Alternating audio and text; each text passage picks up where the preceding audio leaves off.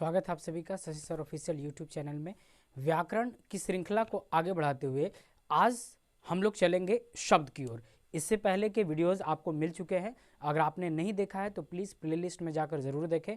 ऐसे इस वीडियो के डिस्क्रिप्शन में जितने भी व्याकरण के टॉपिक्स हैं उसका लिंक दिया हुआ है, इसीलिए अगर आप नहीं देखे हैं तो डिस्क्रिप्शन में जाकर लिंक पर क्लिक करके देख लें। तो चलिए आज की क्लास को स्टार्ट करते हैं। सबसे पहला आज हम लोग का टॉपिक होगा शब्द। शब्द कहते किसको है? तो हमने इससे पहले वर्ण पढ़ा था, वर्ण या ध्वनि। तो शब्द की का परिभाषा ही होता है कि वर्णों या ध्वनियों के सार्थक मेल को ही शब्द कहते हैं। जैसे हमने वर्ण पढ़ा था, चलिए वर्ण में आते हैं। क ख ग, ये तीन हमारे पास वर्ण है, तीनों को हम जोड़ दिए। ये बताइए कि क्या इसका कोई मतलब निकलता है या क्या इसका कोई अर्थ निकलता है? नहीं, इससे कोई अर्थ नहीं निकलता। इस टाइप की कोई वस्तु या कोई व्यक्ति कुछ नहीं होता, तो ये शब्द नहीं है। लेकिन इसी में देखिए क को हमने मिटा दिया, ये हमारे पास क्या बचा? ख ग खग। यहां भी दो वर्णों का मेल है, ख और ग। ये दो हमारे पास क्या है? व्यंजन वर्ण है। ये दोनों वर्ण आपस में मिल गए, तो मिलने से इनका कोई अर्थ निकला। जी हाँ, इसका अर्थ निकलता है, खग का मतलब होता है चिड़िया। तो हमने पहले ही बताया, दो या दो से अधिक वर्णों के सार्थक मेल को ही क्या कहते हैं? शब्द कहते हैं। यानी दो या दो से अधिक वर्ण आपस में मिल जाएं और इनके मिलने से इनका कोई सही सही क्या निकले? अर्थ निकले, तो इसे ही हम क्या कहेंगे? शब्द कहेंगे। समझ गए होंगे आप? वर्णों या ध्वनियों के सार्थक मेल को ही क्या कहते हैं? शब्द कहते हैं। इसे जो है कई आधारों पर विभाजित किया जाता है, कई आधारों पर इसे बांटा जाता है। शब्द कई प्रकार के होते हैं। तो सबसे पहले हम आधारों की बात करते हैं। सबसे पहला आधार जिसके आधार पर हम शब्द का बंटवारा करेंगे वो होगा उत्पत्ति के आधार पर। उत्पत्ति के आधार पर शब्द। उत्पत्ति के आधार पर अगर हम शब्दों की बात करें तो उत्पत्ति के आधार पर जो शब्द होता है उसका सबसे पहला जो टाइप होता है, सबसे पहला जो प्रकार होगा वो होगा आपका तत्सम शब्द। कैसा शब्द? तत्सम शब्द। इसको समझते हैं, तत्सम शब्द होता क्या है? तो तत्सम शब्द असल में क्या है कि संस्कृत भाषा से लिया गया वैसा शब्द जिसका ज्यों का त्यों प्रयोग हम हिंदी भाषा में करते हैं, उन्हीं शब्दों को क्या कहते हैं? तत्सम शब्द कहते हैं। संस्कृत के ऐसे बहुत सारे शब्द होंगे जो आप देखिएगा कि हिंदी में जो है एकदम जस का तस यूज किया जाता है, उसके रूप में किसी प्रकार का कोई परिवर्तन नहीं किया जाता। जैसे एक बहुत सिंपल सा शब्द आप देखे होंगे, जल, पुष्प, वायु, धरा। ये सब शब्द ऐसे हैं। मान लिया पुस्तक, पुस्तक भी जो है आपका संस्कृत का शब्द है, गृह भी आपका संस्कृत का शब्द है। लेकिन कई जगहों पर आप हिंदी में देखिएगा इन शब्दों का बखूबी ज्यों का त्यों बहुत अच्छे तरह से जो है इसका यूज होता है। तो इस तरह के शब्द ही आपके क्या कहलाएंगे? तत्सम शब्द। यानी संस्कृत भाषा से लिया गया वैसा शब्द जिसका प्रयोग हिंदी भाषा में उनके वास्तविक रूप में होता है, ज्यों का त्यों उनका प्रयोग होता है। ऐसे ही शब्दों को हम क्या कहेंगे? तत्सम शब्द। चलिए अब बात करते हैं सेकंड टाइप। तत्सम के बाद दूसरा प्रकार।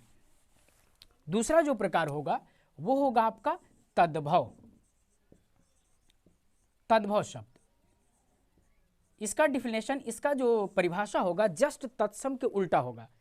तत्सम कहता था कि संस्कृत भाषा के वैसे शब्द जिनका प्रयोग ज्यों का त्यों हिंदी में होता है, जबकि ये क्या कहेगा कि संस्कृत से लिया गया वैसा शब्द, या यूं कहें कि तत्सम के बिगड़े हुए रूप को ही क्या कहते हैं? तद्भव शब्द कहते हैं। यानी वैसे शब्द जो लिया तो संस्कृत से गया है लेकिन हम उसका वास्तविक रूप में इस्तेमाल नहीं करते बल्कि रूप विकृत करके प्रयोग करते हैं। जैसे आप लोग शब्द देखे होंगे, संस्कृत में ये यूज होता है कर्पूर, लेकिन हिंदी में जो है हम लोग इसको यूज कैसे करते हैं? कपूर।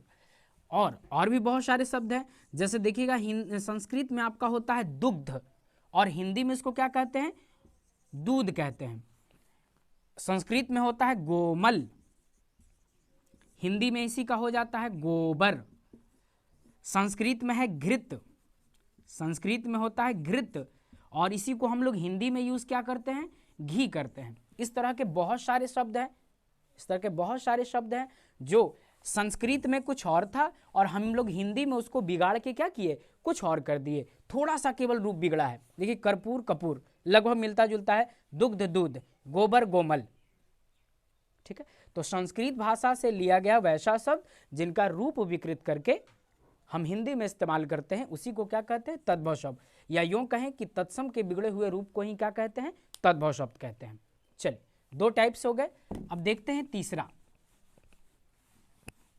ये उत्पत्ति के आधार पर चल रहा है, इसके बाद हम लोग रचना या बनावट के आधार पर देखेंगे। तीसरा जो टाइप होता है वो होता है देशज शब्द। देशज शब्द, नाम ही है देशज, देश की बोलचाल की भाषा से लिए गए शब्दों को ही देशज शब्द कहते हैं। इनका जो है व्याकरण से या किसी भी भाषा का जो व्याकरण है उनसे इनका विशेष कोई रिलेशन, विशेष कोई संबंध नहीं होता है, ये देश की बोलचाल की भाषा से लिए गए हैं। जैसे आप देखिएगा ये शब्द लुटिया कहीं किसी पुस्तक में नहीं मिलेगा आपको, डिबिया है भी, अगर पुस्तक में यूज हुआ भी है, मान लिया किसी कहानी में यूज हुआ या कहीं उदाहरण के लिए यूज हुआ, तो ये सब यूज हुआ भी तो देशज शब्दों से जो है देश की बोलचाल की भाषा से किताबों में पहुंचा है, किताबों से बोलचाल में नहीं आया, बोलचाल से किताबों में गया है। लुटिया, डिबिया, तेंदुआ, फुनगी, इस तरह के जितने भी तरह के शब्द हैं, इस तरह के जितने भी शब्द हैं ये सब आते हैं आपको किस कैटेगरी में, देशज शब्द में। ये कहाँ से लिए गए हैं, देश की बोलचाल की भाषाओं से लिए गए हैं और ये किताबों में बोलचाल से गए हैं, बोलचाल में किताबों से नहीं आए हैं। चलिए तो देशज समझ गए। नेक्स्ट हम लोग देखेंगे चौथा जो इसका टाइप होता है वो होता है आपका विदेशज शब्द। विदेशज शब्द ये क्या कहता है, आप जो एग्जाम्पल्स हम दे रहे हैं आप उसका स्क्रीनशॉट ले लेके उसको लिख भी सकते हैं, कोई दिक्कत नहीं उसके लिए। विदेशज शब्द, नाम ही है विदेशज, ये देखिए विदेश, वैसा कोई भी शब्द जो हिंदी में प्रयोग किया जाता है लेकिन विदेशी भाषाओं से लिया गया है, विदेशी भाषाओं से लिए गए शब्दों को ही हम लोग विदेशज शब्द कहते हैं, ठीक है, किसी अन्य भाषा का है। जैसे आप देखिएगा ये बहुत आसानी से ये सब शब्द यूज होते हैं, स्कूल, कॉलेज, ये सब विदेशज शब्द है। अभी पूरा इसको मिटा के जो है अच्छे से हम इसको डिफाइन करते हैं, ज़्यादा बेहतर रहेगा।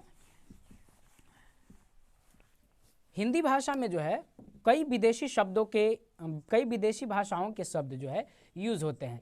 जैसे मान के चले अंग्रेजी है तो इसके अलावा हम उर्दू और फारसी एक में लेंगे, उर्दू और फारसी के शब्द भी हिंदी में यूज होते हैं। इसके अलावा एक और भाषा है पुर्तगाली, चीनी भाषा के भी शब्द होते हैं लेकिन ये तीन भाषा ऐसी है जिसका नॉर्मली जिसके शब्द हम लोग चुरा लिए हिंदी में बहुत ज़्यादा यूज होता है। जैसे अंग्रेजी का शब्द है स्कूल, रोड, हॉस्पिटल लिख दिए हम, हॉस्पिटल, ठीक है, कॉलेज, बहुत आसानी से हम लोग यूज़ करते हैं, पेन, ये सब क्या है, अंग्रेजी के शब्द है। तो ये भी विदेशज शब्द होगा। जैसे एग्जाम में आपसे पूछता है कि स्कूल कैसा शब्द है, ठीक है, तो स्कूल आपका विदेशज होगा। उर्दू फारसी की अगर हम बात करें तो बहुत ज़्यादा हम लोग जो यूज़ करते हैं कलम, कलम जो है आपका उर्दू फारसी का शब्द है, हिंदी जो है इसका लेखनी होता है, कलम का हिंदी जो है लेखनी होता है, उर्दू फारसी का ये शब्द है, अरबी से जुड़ा हुआ शब्द है। कलम हो गया आपका इतवार, शनिचर, इतवार हो गया, शनिचर हो गया, या फिर और भी बहुत सारे आपके शब्द हैं, जंजीर, लकीर, फकीर, कफन, जफन, दफन, इस तरह के जितने भी शब्द हैं आपका उर्दू फारसी और अरबी के शब्द हैं, ठीक है। इनका हिंदी से हम लोग यूज़ भले ही हिंदी में कर ले रहे हैं, वो अलग मुद्दा है, लेकिन ये हिंदी के शब्द नहीं है। पुर्तगाली शब्द भी आप देखिए बहुत लगेगा कि एकदम हिंदी है। जैसे आप देखिए आलपीन, ये पुर्तगाली शब्द है, आलमीरा, अनानास, आलमीरा अनानास,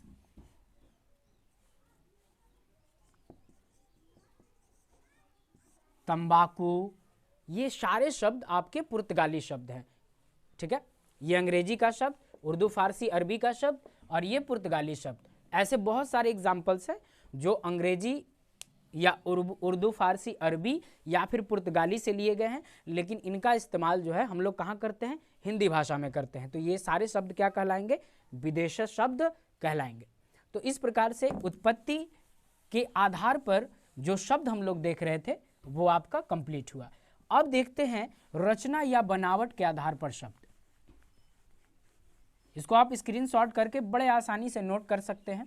ठीक है, देखते हैं अब शब्दों का जो दूसरा आधार है वो देखेंगे रचना या बनावट के आधार पर।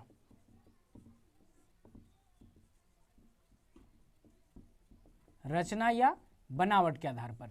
ठीक है, तो रचना और बनावट के आधार पर अगर हम देखें तो इसमें शब्दों का जो सबसे पहला प्रकार होता है वो होता है रूढ़ शब्द। रूढ़ शब्द, रूढ़ शब्द आखिर कहते किसको हैं, तो रूढ़ शब्द वैसे शब्दों को कहते हैं जिन्हें खंडित करने पर इनके खंडों का कोई अर्थ नहीं निकलता। वैसे शब्द, छोटे छोटे शब्द होते हैं ये, वैसे शब्द जिनके खंडित करने पर इनके खंडों का कोई अर्थ नहीं निकलता, उसे ही रूढ़ शब्द कहते हैं। जैसे आप देखिएगा बल, जल, थल, मल, या इस तरह का कोई भी शब्द आप देखिएगा जहां विभाजित करने पर, देखिए इसको ही विभाजित कर दिए तो ब अलग और ल अलग, इसका मतलब क्या, ये केवल एक वर्ण बच जाता है, स्वर बचे या व्यंजन बचे, लेकिन बचता क्या है, वर्ण बचता है। यहाँ शब्द का बचने का कोई चांस बनता नहीं है। तो वैसा कोई भी शब्द जिन्हें खंडित करने पर इनके खंडों का कोई अर्थ नहीं निकलेगा, वैसे ही शब्दों को हम क्या कहेंगे, रूढ़ शब्द कहेंगे। चलिए सेकंड हम लोग देखेंगे यौगिक शब्द। सेकंड हम लोग के पास होगा यौगिक शब्द। चलिए देखते हैं यौगिक शब्द। नाम ही है यौगिक, आप लोग केमिस्ट्री या अन्य जगहों पढ़े होंगे यौगिक का मतलब। ठीक है, तो देखते हैं यौगिक शब्द। दो शब्दों से मिलकर बना हुआ ऐसा शब्द, इसका परिभाषा कहता है कि दो शब्दों से मिलकर बना हुआ ऐसा शब्द जिन्हें खंडित करने पर इनके खंडों का सही सही अर्थ निकलता है, वैसे ही शब्दों को हम क्या कहते हैं, यौगिक शब्द। जैसे देखिएगा आप लोग, बहुत आसान ये सब शब्द होते हैं। पाठशाला, अलग कर दीजिए, पाठ जोड़ शाला, पाठ का अलग अर्थ होता है, शाला का अलग अर्थ होता है। हिमालय, हिमालय, हिम जोड़ आलय, दोनों का अलग अर्थ होता है। हिम का अर्थ बर्फ और आलय का अर्थ घर होता है। पुस्तकालय, ठीक है, पुस्तकालय, बैलगाड़ी, इस तरह के जो भी शब्द हैं जो दो शब्दों से मिलकर बने होते हैं और इन्हें खंडित करने पर इनके खंडों का अलग अलग अर्थ निकलता है। जैसे पुस्तकालय, पुस्तक जोड़ालय, पुस्तक का मतलब होगा किताब और आलय का मतलब घर। तो आप समझ रहे हैं, दोनों खंडों का अपना अलग अलग अर्थ निकलता है, जबकि इसमें ऐसा होता नहीं है। इस साइड को इस साइड से अलग करने पर दोनों केवल वर्ण बच जाता है और शब्द बच पाता नहीं है। चलिए अब देखते हैं योगरूढ़ शब्द। चलिए तीसरा जो टाइप होता है इसका, इसको देखेंगे योगरूढ़ शब्द। योगरूढ़ शब्द, इसकी परिभाषा क्या है कि कहा जाता है कि वैसा यौगिक शब्द, ध्यान दीजिएगा इस पर, वैसा यौगिक शब्द जो अपना अर्थ छोड़कर एक विशेष अर्थ को प्रकट करता है। वैसा यौगिक शब्द जो अपना अर्थ छोड़कर एक विशेष अर्थ को प्रकट करता है, वैसे ही यौगिक शब्द को रूढ़ शब्द कहते हैं। ये भी यौगिक ही है, लेकिन अपना अर्थ छोड़कर क्या करेगा, एक विशेष अर्थ को प्रकट करेगा। जैसे लंबा जोड़ उदर, आपके पास शब्द क्या निकला, लंबोदर। तो लंबोदर जो है, लंबा का मतलब लंबा, उदर माने पेट, तो लंबोदर जो है इसका एक विशेष अर्थ निकलता है। और लंबोदर का विशेष अर्थ क्या है, गणेश।